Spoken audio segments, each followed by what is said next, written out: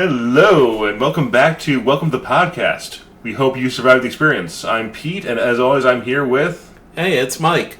We're talking about Uncanny X-Men number 114 today, which actually is the first issue of this title that says The Uncanny X-Men on the cover. Bam! And it's only 35 cents. Still, only 35 cents. I paid a little more than 35 cents for this one. Yep. But to start out, the cover is amazing. So you'll remember from last episode when we left, the Jean and Hank got out of Magneto's imploding base. To the best of their knowledge, they were the only. To the best of their knowledge, and to the best of our knowledge, they're the only ones who did so. So this really cool cover. It's Beast, Phoenix, and Charles Xavier with the ghosts of the all-new X-Men behind them. Note that Wolverine is by at least a head the shortest of the all-new, Uncanny X-Men. As well he should be. You know, he is as we know, he is 5'3" and 130 pounds. I think from our first podcast. But I believe that his poundage will change once we find out that he has an adamantium skeleton. Yep. But as of yet, we're not aware of it. Mm-hmm. So we started out overlapping with where we were last time, with Hank carrying Jean through through Antarctica. Beast and Jean both have a whole bunch of snow on them. This is actually a beautiful splash page, I think. It is kind of gorgeous. Yeah, you have Hank doing like an abominable snowman thing. You can see all the ice crystals in his blue fur. You have Jean. She just looks like dead weight here, and which is kind of hard to do artistically. Yeah, I think it's like a really well done. And the snow around them, the snow on them. John Byrne definitely put a lot of effort into this page. Oh yeah. I mean, the man is known as a great artist for an incredibly good reason. So now Beast has gotten back up and is trying to carry Jean again, and he sees lights that are moving, and at first he thinks that he's imagining it, but he realizes it's a helicopter because we have a helicopter sound effect here of whoppa whoppa whoppa whoppa. And he's bouncing around in the snow, trying to attract attention. And but Jean is not going for that half-assed, "Hey, look at me!" Screaming out into the sky, "Hey, look at me!" We get another Phoenix Raptor. What I think is cool here that I didn't notice when I first read this issue is when Beast wakes Jean up, her uniform is in tatters because of the events of the last couple issues and dragging through snow. And as soon as he wakes her up and the Phoenix Raptor comes up, her uniform is completely repaired because she makes it herself out of the Phoenix energy. That is incredibly cool. I did not notice that at all. That is cool. Well, there it is. Yeah. And she immediately tries to dig into the volcano to rescue Cyclops, and is telling Hank to leave her alone because she's going to dig through the entire Earth if she has to in order to get Scott back. She does not half-ass it. And so then we have a naval. The helicopter we've seen is from the U.S. Navy. Is that? That is the they have U.S.N. markings. I'm assuming that's the U.S. Navy. Although it's a valid assumption, they do have a base in Antarctica for research. And they notice that there are people, including this giant bird-shaped thing. Yeah. And then you just have this awesome... I love the way the Byrne especially draws Jean. And you can see the torment in her face. Yeah, and she doesn't want to give up on digging through the planet to get to them, and Beast is like, listen, they're dead. They could not have survived. They're dead. They're dead. There's an entire continent on top of them right now.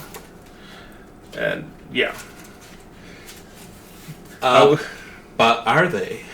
I don't believe they are, because our next panel, because of the next page, we see that Colossus has tunneled his way out into a lush jungle that just happens to be in Antarctica. Banshee makes a good point. Hey, this is Antarctica. Why is there a jungle here? And Cyclops, in his three-piece white suit, welcomes them to Jurassic Park or to the Savage Land. Well, here they are in the Savage Land, which hasn't been seen in a little while. Hey, Mike, what's a Savage Land? Well, I'm glad you asked, Pete. So, the Savage Land is a place in Antarctica that time forgot. It is a prehistoric jungle hidden from the outside world. It has appeared several times in Marvel by this point, notably Kazar is a noted resident. He is basically a prehistoric Tarzan. There's dinosaurs, there's all kinds of weird prehistoric stuff, because we're going into comics owe a lot to Pulp Fiction, and these hidden world places are a staple of Pulp Fiction, not the movie, but the genre. Yeah, the genre. It's very, very Robert E. Howard. Imagine if there's a cool thing that happened, and you can say, happened thousands of years ago, it's in the Savage Land. Thousands or millions of years ago. And we have this beautiful splash page of the Savage Land where we can see the mountains of Antarctica around the outside of it, and giant pterodactyls flying around, and just beautiful, beautiful place. And then, in the foreground, you have this lush, organic, living-looking jungle. Yeah, with mushrooms and flowers and just everything. It is gorgeous. And Cyclops is just like, hey, yeah, I've been here before. I know what's up. And the X-Men were here before a couple of times, most recently during the Neil Adams era of X-Men. Neil Adams, I don't know if any of you have ever seen interviews with Neil Adams. He was a man who very much enjoyed his work, but the man really loved the Savage Land and Sauron. Oh, he did that stuff really well. But I mean, not to segue into Neil Adams' X-Men stuff, but previous to doing the X-Men, Neil Adams had made a name for himself doing Batman comics over at DC, and Marvel finally convinced him to do a project for them, and they said to him, hey, Neil Adams, you could do literally any project that you want. You can do the Avengers, you can do anything. And he said, Fantastic Four, Spider-Man. Yep. He said, what is the worst selling comic that you have? And the answer to this at that time was X-Men, and they said, actually, we were about to cancel it. And he's like, let me do X-Men. Actually, it was kind of his shtick. Before that, he had taken over the notoriously low-selling Green Arrow at DC Comics and turned it into one of the best social commentary comics of all time. So, anyway, this era of X-Men owes a lot to Neil Adams, because if he had not said, hey, let me try out the X-Men for a little while, what then happened is the issues that he made of X-Men started selling really well in the secondary market after it got canceled, and convinced them to make another go at it. So we would not be making this podcast today if it weren't for Neil Adams saving the X-Men. Yeah. No doubt. So they get to Savage Land, and Banshee suggests to Storm, because he knows Storm has claustrophobia, which has been mentioned several times by this point, but Banshee seems to be the one who likes to remind us of it the most. He says, like, hey, let's fly around a little bit after we've been tunneling a mile underground. And so Storm and Banshee decide to start flying around. Banshee's like, hey, everybody seems to be yelling at me. That's weird. They must think I'm cool. They're waving at me, and they're pointing behind me. That's so cool. That's nice of them. No, turns out giant pterodactyl foot is about to crush down on him. I don't know how big a pterodactyl is. I don't know how big pterodactyls were. This seems a bit excessive. It does seem significantly bigger than any pterodactyl skeleton I've ever seen, which is probably like maybe 3. But in the Savage Land, they go big or go home. Yep, go Savage or go home. And Cyclops is like, Kazar warned me about these guys. But even though I saw them in the splash page a couple pages ago, I never thought they would be this big. And he's like, I can't seem to hit them. Mm-hmm. And Banshee is just getting crushed. He's just getting crushed to death. If only there was a magical Deus Ex Machina, they could save him in this scenario. Here's the crowd pleasing fastball special. Listen, they don't. I don't get tired of the fastball specials. There is something about watching a 7-foot-tall Russian farm boy throw a 5-foot-tall Canadian mutant, and a pterodactyl that makes me happy inside. I mean, like I said when this first showed up in 110, fastball special is just the moment that you just stand up and applaud in the middle of the movie. Yes. It always feels good, and Wolverine versus Pterodon is pretty impressive. And he kills the Pterodon, and Cyclops is like, gosh darn it, Wolverine, why do you have to be so cool? When you had Colossus throw you, you could have missed and splatted on the jungle floor. Not like I had secretly wished that you would have splatted on the jungle floor. I believe this is the first Wolverine versus dinosaur panel there is. Yes. And it is something that for the next 50 years, I'm sorry, Wolverine versus dinosaurs does not get old.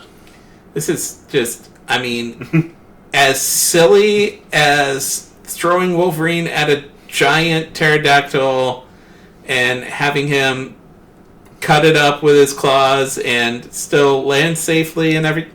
It's silly. It's incredibly silly, but man, is it satisfying. It works on a profound level. And then like Mike was saying, it's like, hey, Cyclops might be hoping that was telling Captain Wolverine on the way down. No, he's just sitting on top of a dead pterodactyl, polishing his claws. It's like, hey. Meanwhile, we have Mystery Guy, who is hiding in the jungle. He seems to know Cyclops. Mm-hmm. He seems to know about the X-Men. He knows that they're mutants, and he can sense their power. Yep. This is... I and I believe Mike as well thought that this was Kazar, the Tarzan stand-in. But now that I'm thinking about it, that thought bubble really does... When he talks about them being mutants and he can sense their power, yeah. So Banshee says that there's a village a little ways away. They're headed there. But meanwhile, flashback to New York at the Xavier School for Gifted Youngsters. A week later, we learned that the Air Force has hover jets. Well, I mean, you got Tony Stark as a military contractor, right? You can have anything. True. And Jean wants to talk to the professor. Hank says, I am going to distract Lilandra while Jean goes and meets with the professor. Mm-hmm. Actually, this is some of my favorite art in the entire X-Men series. When I can see why. Jean comes up to the professor's study and she's going to tell him that they're dead. And we just cut to a panel of her kneeling by his side with her hand on his forearm and on his back, and him obviously weeping over the loss of his students. It is a very moving moment, yes. It's just about how, she comes in, she's prepared to tell him the worst, and, he just has to look at her, and he knows and he knows the news he's going to get. It's a very powerful moment, actually. This is why I love comics, is this panel right here. It just, without even saying anything, it expresses so much, and it gives you, the visual medium takes up where the written medium leaves off, and it's beautiful. Okay. Please ignore the sounds of dogs in the background. Yep. Sorry about that. I'll edit that out. And then we cut to just the savage land, and everyone's living it up. Banshee has a loincloth and a corncob pipe. Nightcrawler is teaching Savage Land children how to speak German, which one might ask why they speak English. I believe the answer is Khazar. Yes, the answer is because Chris Claremont. So... And then Storm comes out looking like a goddess. In like a torn up bikini kind of thing going on here. And with Storm Storm is one of the characters you can't really say this would be objectifying because it has been established, previously and will be for the next several decades. Probably how Storm would dress if forced to dress. She looks good. Yeah. And even Banshee drops his corncob pipe from seeing how good Aurora looks here in her Savage Land attire. Yes, Aurora, points out, how this warm tropical lush land reminds her of Africa, and Sean points out that it reminds him of Ireland. And Storm had previously said about Ireland when they were there before that Cassidy Keep was beautiful and old, but also had no soul to it.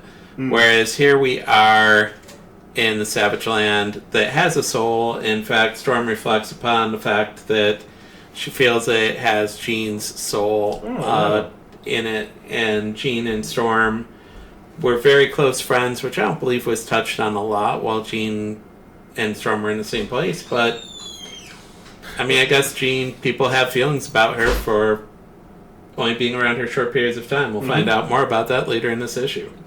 True. And then we get to one of the best dangling plot threads.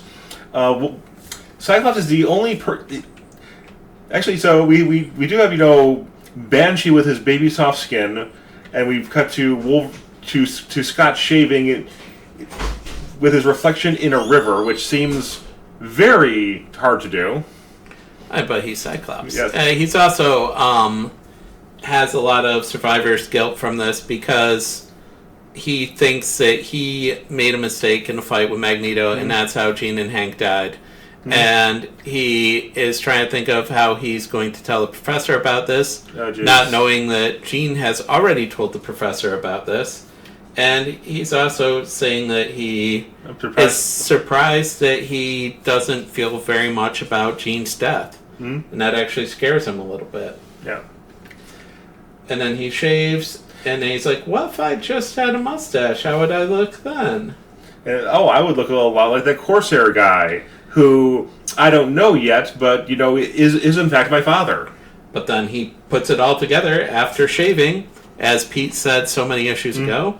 He said it didn't register. He spoke English with a Nebraska accent, using American slang that was 20 years outdated, but... So, that guy who looks like me, who's from the Midwest, I'm sure that this won't come up again. And so now he... he knew my real name! So now he actually reflects, and he realizes that when he did fall out of the airplane holding on to Alex Summers mentioned, that he does recognize that Corsair is his father. Oh, yeah. And then Storm breaks him out of the moment. There's a whole lot of breaking people out moments that happens in X-Men in this period. There is. There's a lot of staring off into the middle distance until a person plot significant touches you on the shoulder. And Storm says that she cared about Jean as much as Scott did, but in a different way. But maybe not a different way, because it later is that Storm is bisexual. But then Scott says that he doesn't feel any grief for Jean because he mourned for Hank, but not for Jean. Ever since Jean turned into Phoenix, she was different. I love the girl. Fire and Life Incarnate was a bit intense. And Storm's like, yeah, she just grew up and she's not a kid anymore, and you need to have gotten over that. And if you only loved her when she was not Fire and Life Incarnate, then you didn't love her, and basically she turns her back on him, and pretty harsh. She even then thought Bubbles that she was kind of harsh. Yeah. And now Colossus is, I guess, has found some Savage Land girls that want to go to a special island. Yeah. These ladies wish to show me their special island, he says, which feels like a euphemism. It does. So here's a fun fact. Every time that the X-Men go to the Savage Land, the population of the Savage Land, there's always a couple of kids born 9 months later. It seems that there might be some correlation to this. What's fun about this particular one is that it later is heavily implied that this woman that we currently see with the mohawk with Colossus had a kid from this interaction, and Colossus wrestles with what that means for like a couple issues. It didn't test well with readers, and so it was forgotten about forever, making Colossus a deadbeat dad. Yes, and in the 80s, Wolverine will come back to the Savage Land, will also leave behind a child, and like just knowingly leave behind a child. Whereas with Colossus, like even though it is handled in continuity and they talk about it in continuity, as soon as that exact plot ends, everybody forgets it happened. Yeah. Because, I mean, this happens a lot with all kinds of continuing media, like comics or television shows, that they introduce a concept, that concept doesn't work for people, and so they just rushed over there. Yep, oops. Until somebody brings it back up 20 years later. To my knowledge, that has not happened on this particular thing.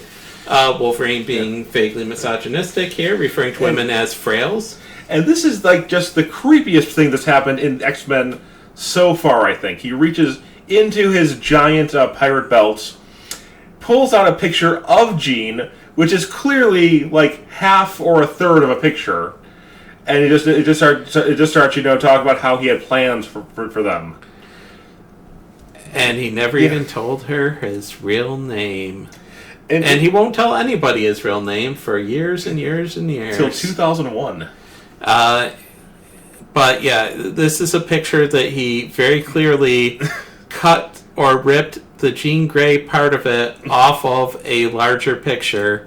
And we know this because we can see the bottom part of the frame, the right side of the frame, and then a jagged edge on the left side of it. Yeah. I'm not sure where this picture is from. I have half a mind to like search through previous X-Men issues to figure out when this picture was taken. I would not be surprised if this was taken directly from a panel. I'm sure it is, but I can't imagine this particular 70s look and where it came from at this moment. Yeah, I do love the Farrah Fawcett hair. Definitely Farrah Fawcett hair.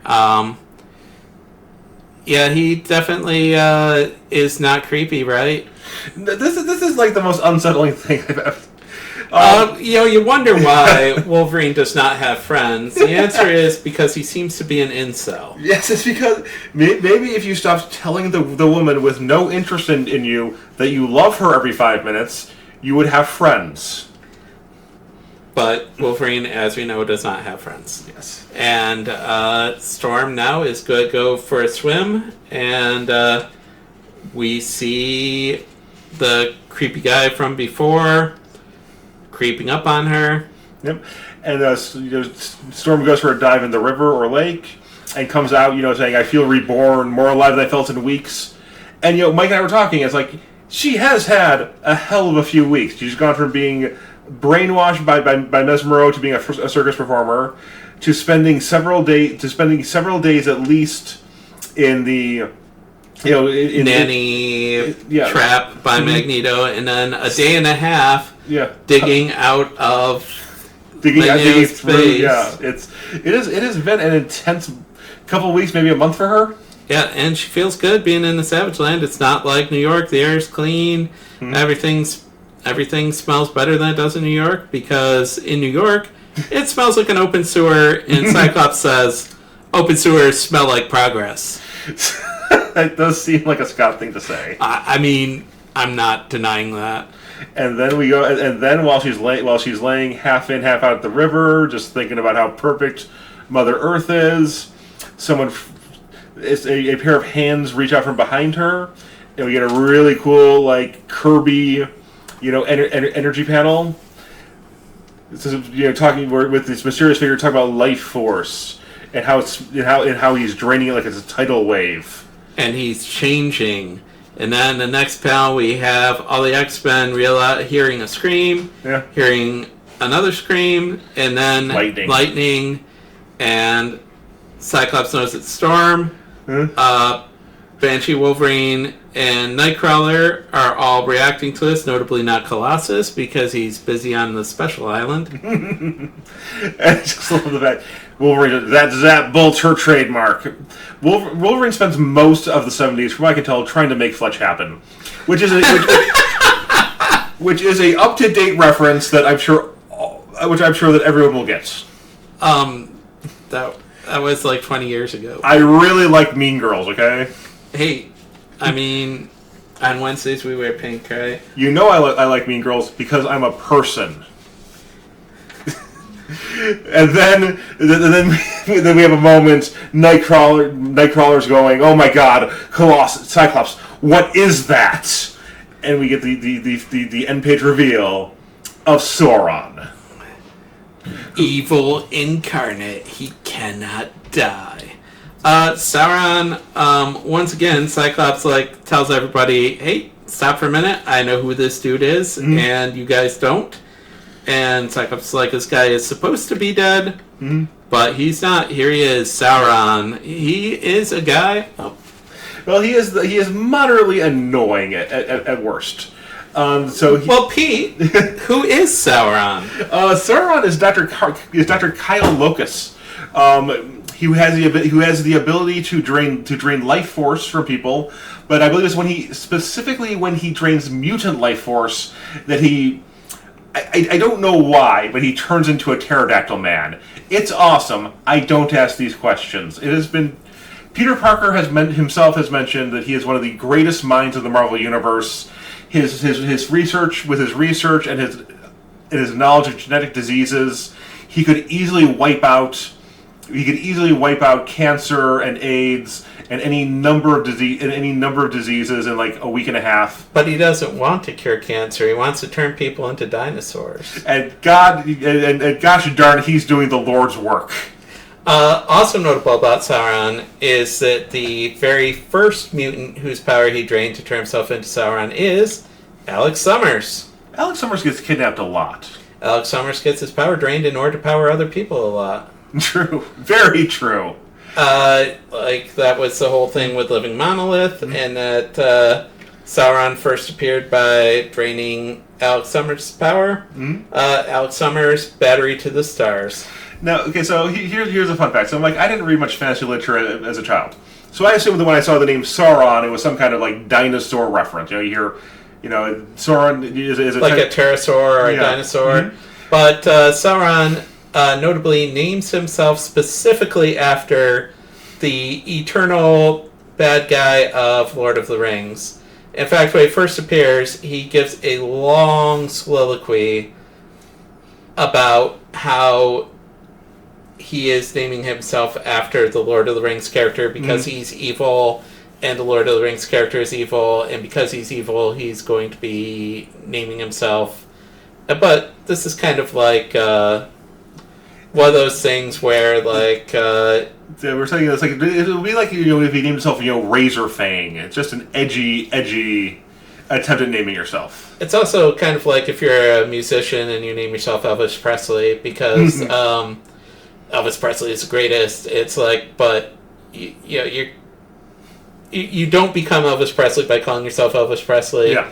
Sauron does not become Sauron by calling himself Sauron. Everyone's just comparing you to that other Elvis Presley, and everyone is just comparing Sauron to that other Sauron, who, frankly, was a lot more effective.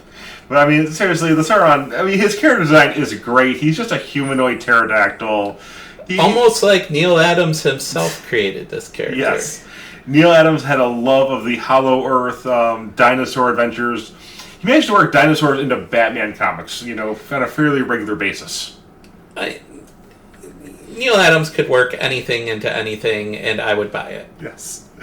And again, like Mike was saying last episode and the episode before that, just this great last page reveal.